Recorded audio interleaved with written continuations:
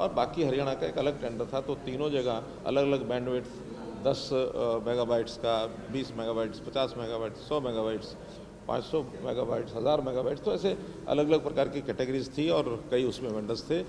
और इसी प्रकार से सभी जो 5 टेंडर्स हैं उसमें 92 करोड़ रुपए की परचेज एक बार की गई है, जिसमें कुछ रेट कॉन्ट्रैक्ट भी है, परचेज भी है, और जो नेगोशिएशन के माध्यम से लगभग 3 करोड़ रुपए की बचत आज हुई है, ऐसा कह सकता हूँ।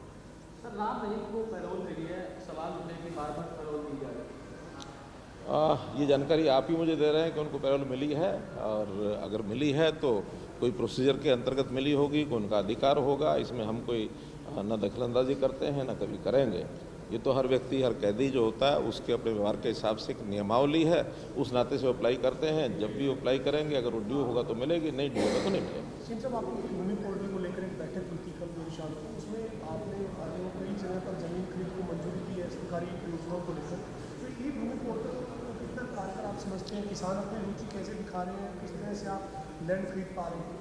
देखिए, उसमें हम लोग क्या करते हैं कि जो हमारी आवश्यकता होती है उसको हम पोर्टल पर डालते हैं, अथवा कभी कोई किसान भी अपनी ज़मीन को बेचना चाहता तो वो भी पोर्टल पर डाल सकता है।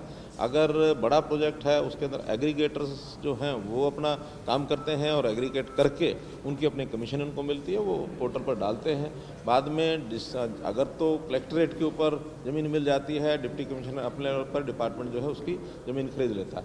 अगर रेट्स कलेक्ट्रेट से हाई होते हैं तो उसमें अप टू 20%, ये चीफ सेक्रेटरी लेवल पर मीटिंग होती है, मोर देन 20% अगर कहीं रेट आता है तो वो एक मिनिस्ट्री लेवल का जो ग्रुप बना हुआ है उस ग्रुप में वो सारे विषय आते हैं, और तब उससे नेगोशिएट करके डिप्टी कमिश्नर उन सब लोगों को बुलाकर रखते हैं, और हम भी वीडियो कॉन्फ्रेंस उनसे बात करते हैं, और एक नेगोशिएटेड रेट के ऊपर ज़मीन खरीदी जाती है।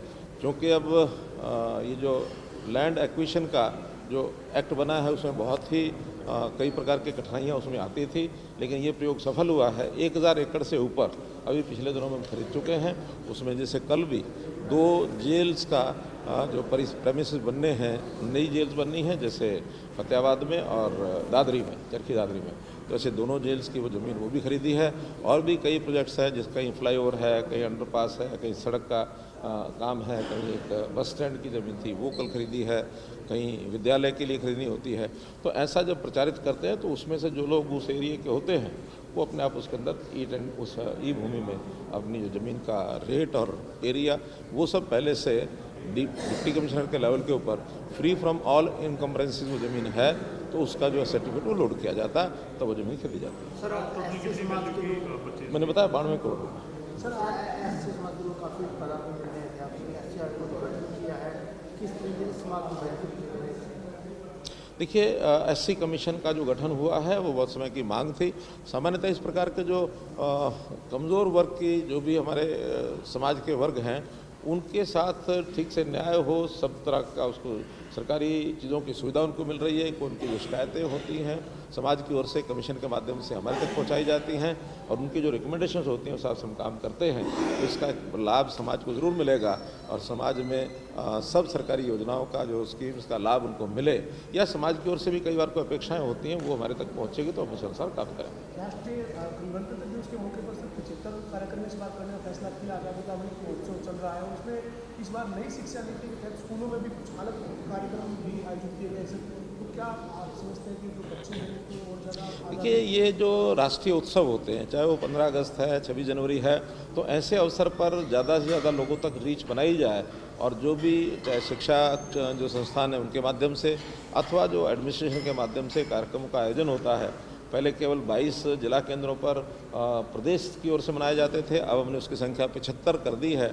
पिछली बार 15 अगस्त 2022 को भी, और अभी 26 जनवरी 2023 के, ये सभी कार्यक्रम 75 स्थानों पर हो रहे हैं, और हम कोशिश करेंगे कि लगातार ये भी कंटिन्यू रखें, और आगे कैसे इसका विस्तार किया जा सकता है ताकि बच्चों को स्कूलों में, नौजवानों को भी, और बाकी जनता के लोग जितने ज़्यादा वहाँ आएंगे, एक राष्ट्रीय उत्सव में एक राष्ट्रीय विचारधारा से, देशभक्ति से विचार जो है वो प्राप्त करते हैं, एक अच्छा प्रयोग।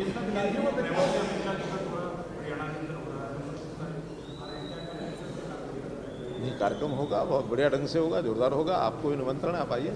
सर, राहुल गांधी की